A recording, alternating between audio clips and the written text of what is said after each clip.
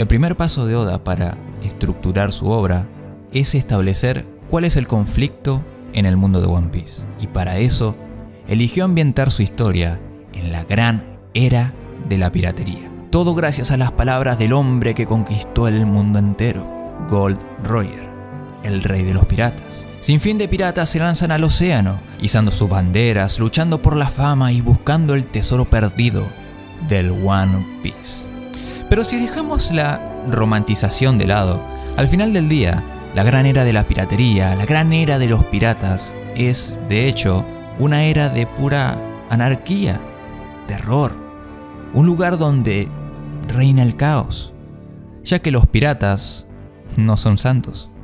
Son personas libres que viven bajo sus propios términos y regidos bajo su propio sentido de justicia. Anarquistas del sistema que hacen lo que quieren y viven como quieren. Sujetos que arrasan con las cosas más preciadas de la gente sin siquiera sentir compasión. Por ello, para combatir con esta semilla del mal, se encuentran los marinos, la figura de poder del gobierno mundial, que busca llevar la justicia a todos los rincones del mundo. Sin embargo, la realidad es que pese a ser un pirata, nuestro querido protagonista Monkey D. Luffy no es malo. Rápidamente nos enteramos que esta dicotomía entre la autoridad versus la libertad, marino contra pirata, bueno contra malo, no significa nada. Las líneas que separan ambos extremos son más delgadas de lo que se cree, tan borrosas y difuminadas como el dinero y los intereses lo permitan. Marinos que hacen la vista gorda con tal de ganar un poco de dinero extra, u otros utilizando su poder y su rango para crear regímenes dictatoriales. De esta manera, podemos entender que en realidad hay dos grandes villanos en el mundo de One Piece. Los piratas, aquellos que promulgan el caos y la destrucción en el mundo, y por otro lado, la corrupción del propio gobierno. Más adelante en la historia, Oda tratará la corrupción del gobierno de una manera muchísimo más compleja. Censura, tortura, racismo, trata de esclavos, masacre, lucha de clases, pero hasta este momento, en East Blue, no sabríamos que en realidad estaríamos hablando de un régimen autoritario a gran escala. Es de esta manera que luego en retrospectiva entenderíamos por qué todos los villanos del East Blue se caracterizan fuertemente por ser tan autoritarios, ya que la historia de One Piece es un ataque a la autoridad. Villanos que buscan estar por encima de otros, que se rigen por rangos y superficialidades como el dinero y las joyas. Personas que usan su poder para obligar a las personas a seguir sus reglas. Marino o pirata, da igual. Tanto Morgan como Kuro se rigen bajo la misma filosofía. Ven a los demás como simples peones. Solo saben vivir a coste de las apariencias como el mismo Krieg, con sus incontables barcos y su gran arsenal. Personas que eligen el camino fácil, intentando ocultarse de los marinos o robando información de una bitácora. Y es de esta manera donde aparecen Luffy y los Mugiwaras. Esta es la historia de aquel sujeto que vino a destruir los símbolos de autoridad y opresión. Aquel que sea por donde sea que pase, crea nuevas tierras de paz y libertad.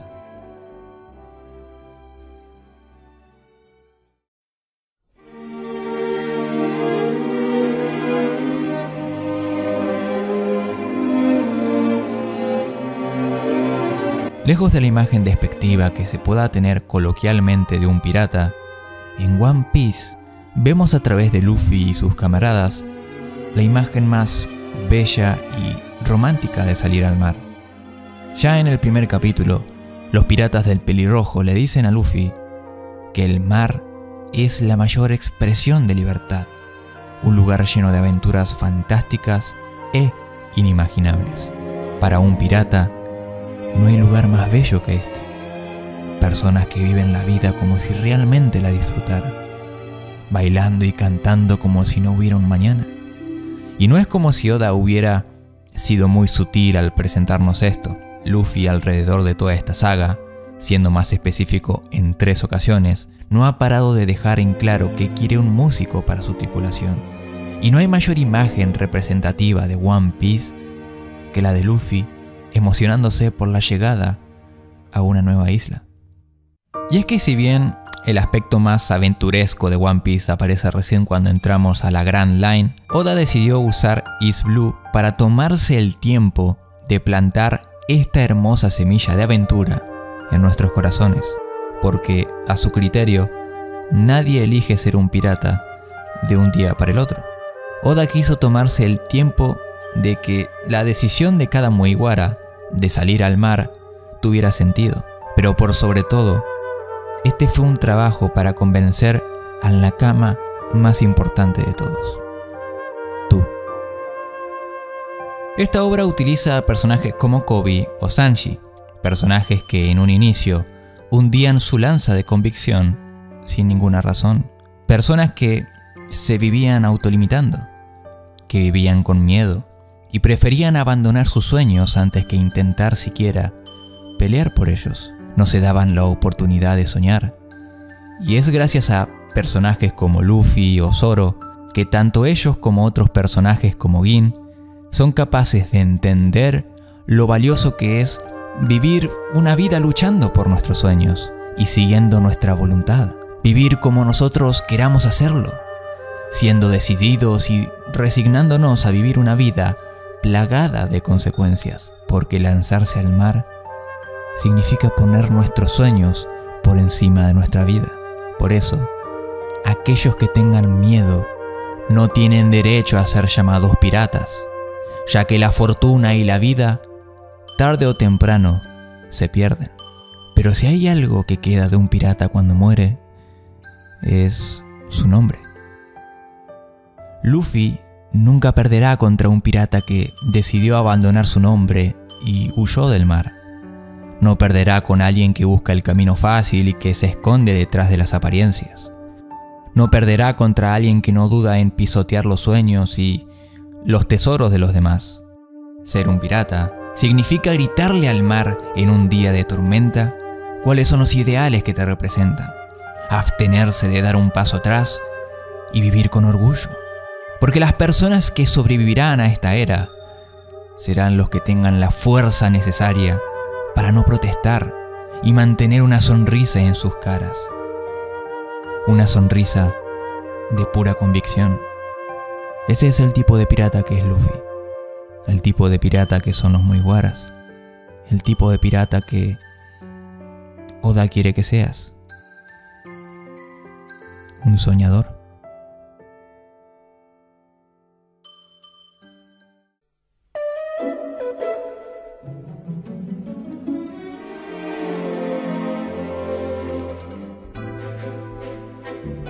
Bien, como vimos, la historia de One Piece gira en torno a Luffy, así que si la historia gira en torno a él, ¿cómo tiene que ser el reparto que lo acompañe? Tiene que estar rodeado por personajes que no solo compartan características con él, sino que también refuercen sus debilidades. Luffy piensa convertirse en el rey de los piratas, un hombre de una inmensa voluntad, capaz de surcar los mares más peligrosos del mundo para lograr su objetivo. Es por eso que, si va a participar en esta aventura de vida o muerte, necesita tener un compañero al cual confiarle su espalda. Necesita a alguien que tenga una ambición igual de grande que la suya.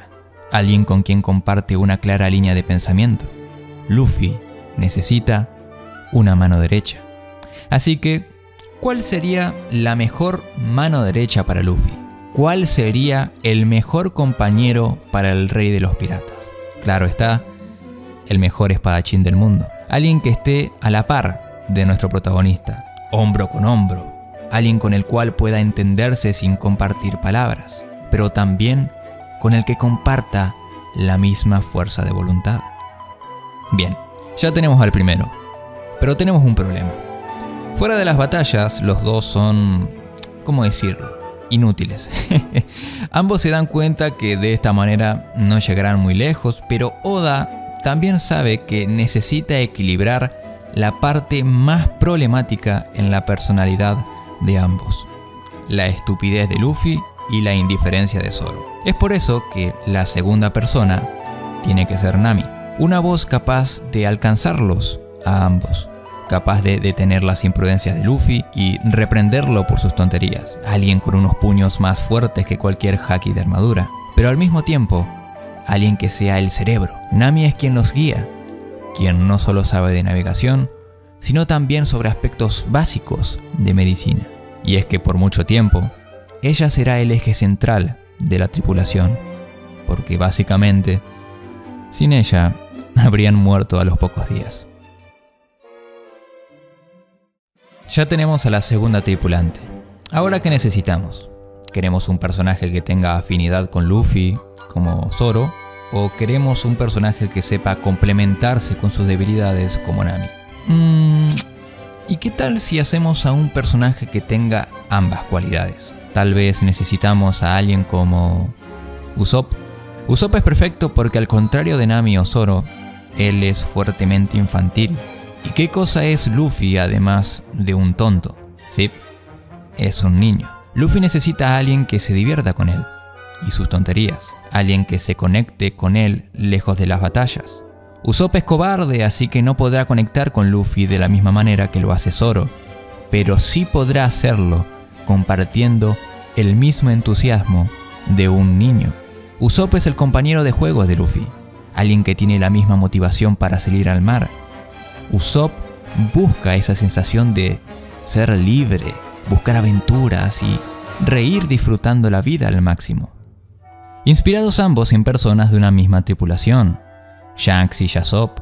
Además, como Usopp no es un monstruo como Luffy o Zoro, logra conectar su lado más cobarde con Nami, ayudándola también a detener a Luffy en sus locuras por buscar peleas. La inclusión de Usopp realmente me encanta porque la tripulación no solo gana mucha química, sino que además su desarrollo temático me parece de los más interesantes de la tripulación y hasta le dedicaría un video completamente. Muy bien, estamos por entrar a la Grand Line, pero ¿qué más necesitamos? Tal vez algo indispensable para un viaje largo. Seguro ya saben a lo que me refiero. Necesitamos 2 espadachines. Nada, mentira. La inclusión de Yosaku y Johnny es buena porque le muestra al lector lo importante de tener un buen cocinero. Y un cocinero es importante por 2 cosas. Primero que nada, es quien le aportará valor nutricional a nuestros protagonistas para que tengan las energías para luchar y no enfermarse. Y segundo, y aún más importante, un cocinero es aquella persona que logrará saciar la mayor pasión de Luffy en la vida, la comida. Y es así que Sanji es la persona perfecta.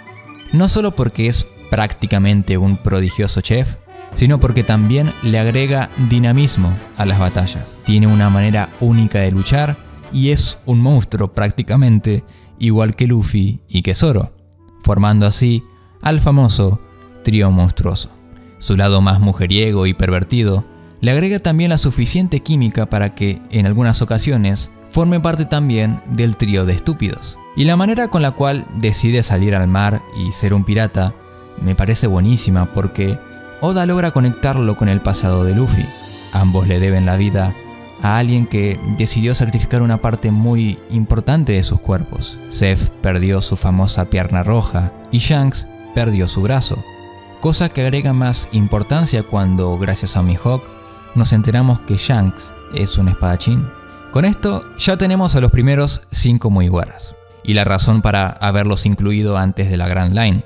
Aún hay elementos narrativos que me encantan de Oda con respecto a sus personajes, pero creo que me los reservaré para cuando hablemos de la primera saga de la Grand Line, Alabasta, donde seguramente hablemos de la moral con la que se rigen los sombreros de paja y de la importancia de marinos como Smoker.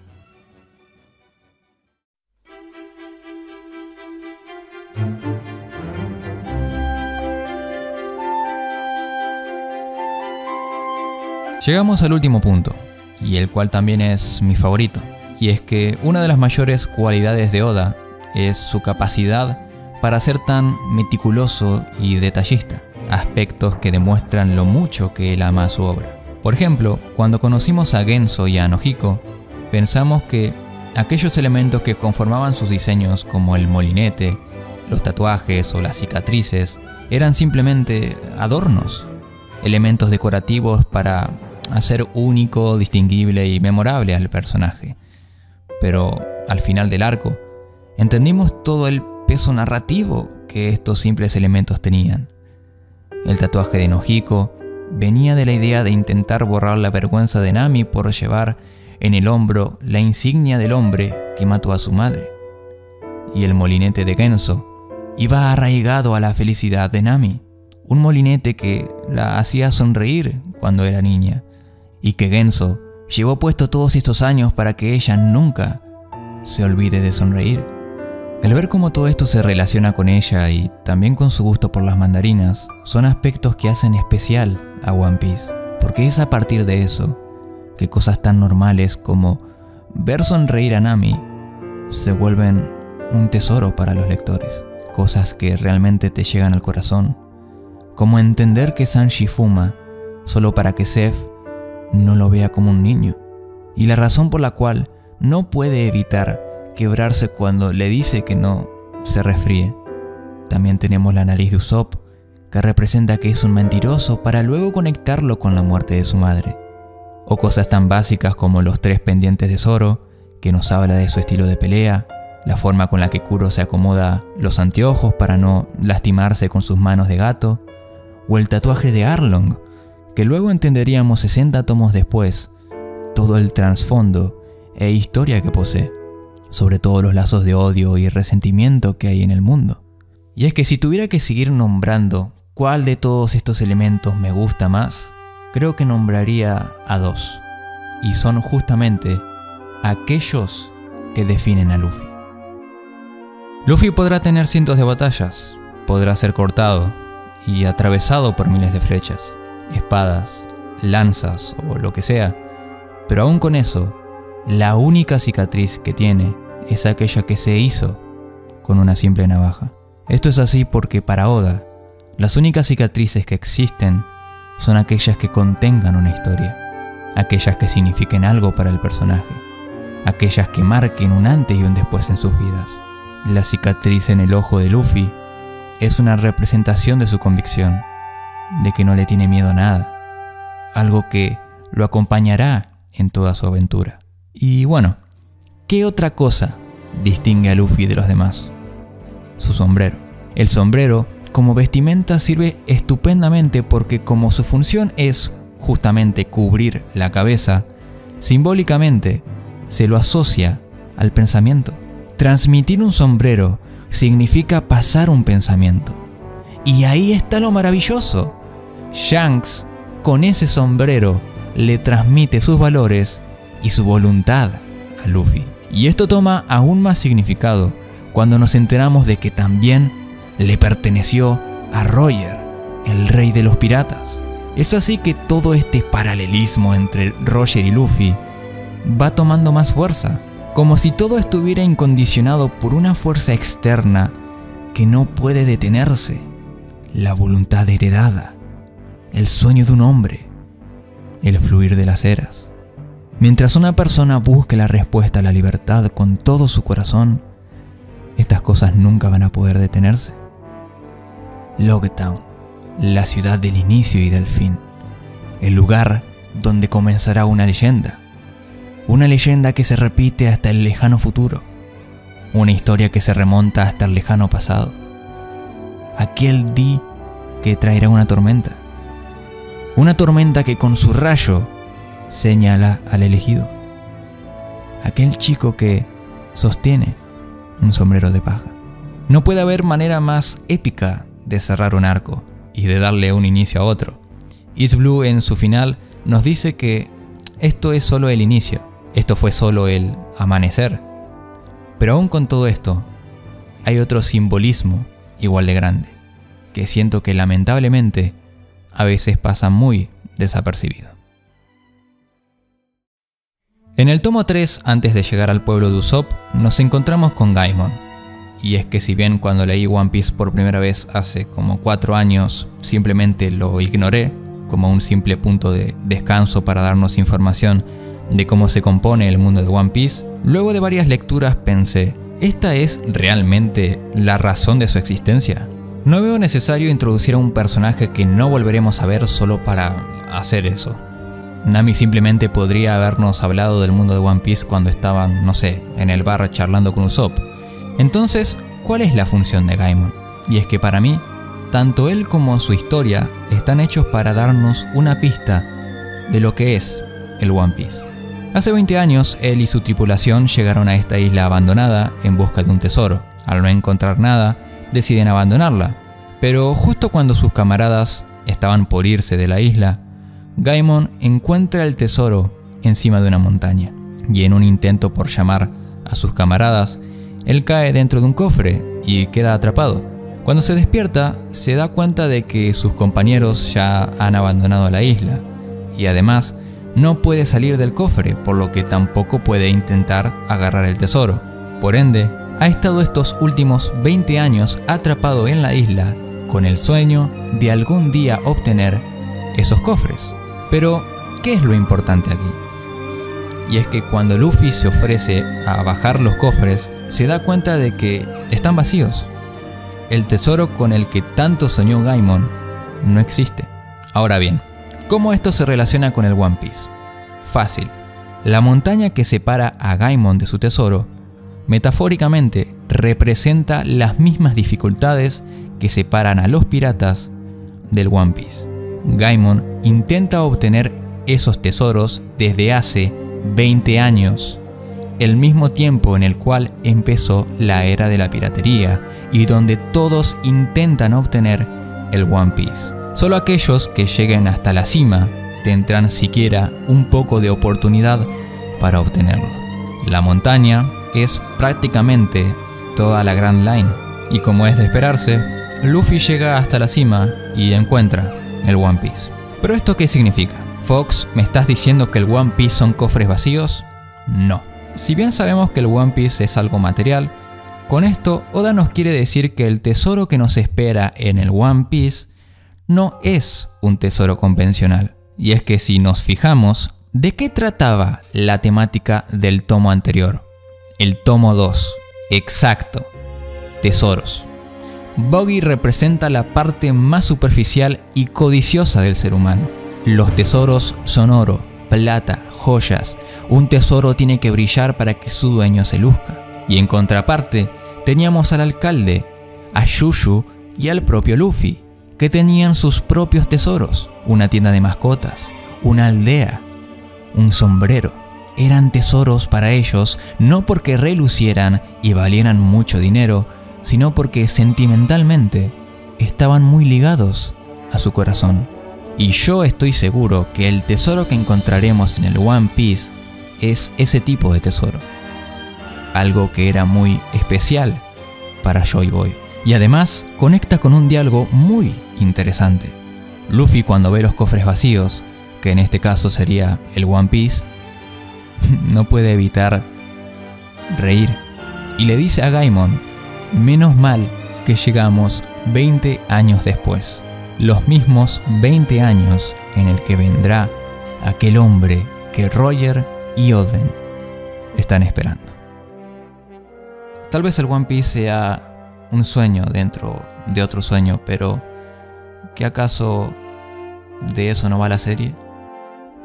¿Qué acaso esta no es una historia sobre soñadores?